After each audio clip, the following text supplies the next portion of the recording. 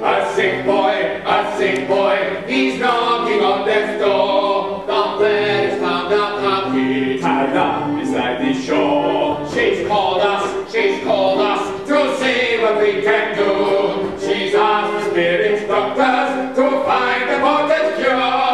Right, first things first, we must locate... We are a company that runs a fusion of masks, live music and puppetry together. And we're one of, I suppose there are 2 or 3 other regularly touring companies in England, but none who does it sort of our way with a lot of live music, which has proved to be quite popular.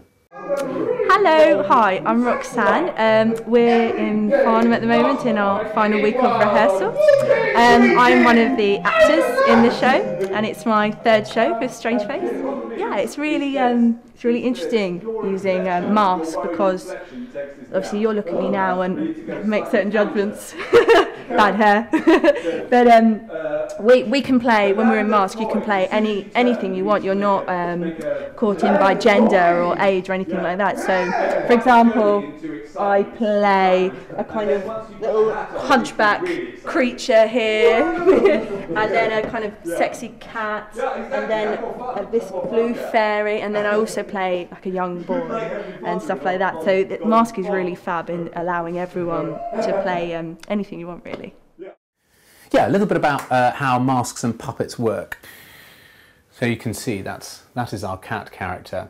And I did sort of imagine her as some kind of American film star, sort of element of Bette Davis to her. But you can see all the little clues in the nose, the way the nose is turned up. And then you have on him, you see the way, again, the eyes are very, very open and sort of very, very keen to avaricious eyes. But what I really love is the relationship between them two, because they don't, they go around, in our show, they're going around pretending to be husband and wife, and I'll con a couple of cons. And I rather like the relationship, once you put those two very different faces together, that begins to emerge. And in fact, the wonderful thing about masks is that as soon as you present the mask, they begin to make up stories in people's heads. We've got 4 extremely exciting performers here. They've all got spectacular voices. So I've actually ended up writing quite operatically for the chorus. One of those particularly, that I think I played to you at the time, is rather a slow, at the time when I composed it, was quite a sinister theme on the accordion, which was Geppetto's theme, which was supposed to emphasise the making of a puppet that comes to life, the mystery. But that has actually turned into rather a touching tune. So when I played on the accordion, it is quite sinister, but then I started playing it on the piano. Is it kick the cat? Or is it... Oh, my boy, my heart is breaking.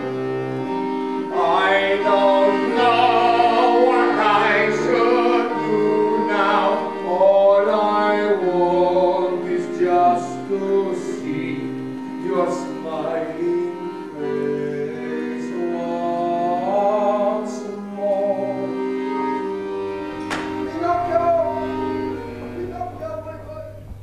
It's very important. Blend. There's a technique called sfumato, which is Leonardo da Vinci. I think you can see it in the Mona Lisa. If you look into the background, you can't quite define the edges of rocks and bits and pieces, and it's all to do with just blending stuff. And on my masks, that's quite important, and I think one of the reasons is that it allows the person watching to see 2 or 3 different expressions at the same time, or when appropriate. If you define things like with very, very hard eyebrows, it fixes an expression, but if you can just sort of begin to move things around a little bit and allow the eye to wander and may come to its own conclusions about what's going on, it makes things a lot more interesting. Whenever we need is from the dog, the creature that we down.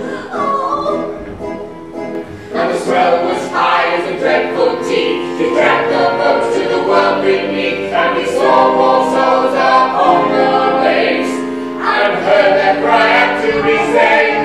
Can't wait to get an audio audience, because we're just doing it to obviously our director who's seen it a million times. So it's nice to get a lot of things change, and you can experiment in a different way once you've got an audience. So that's always really exciting.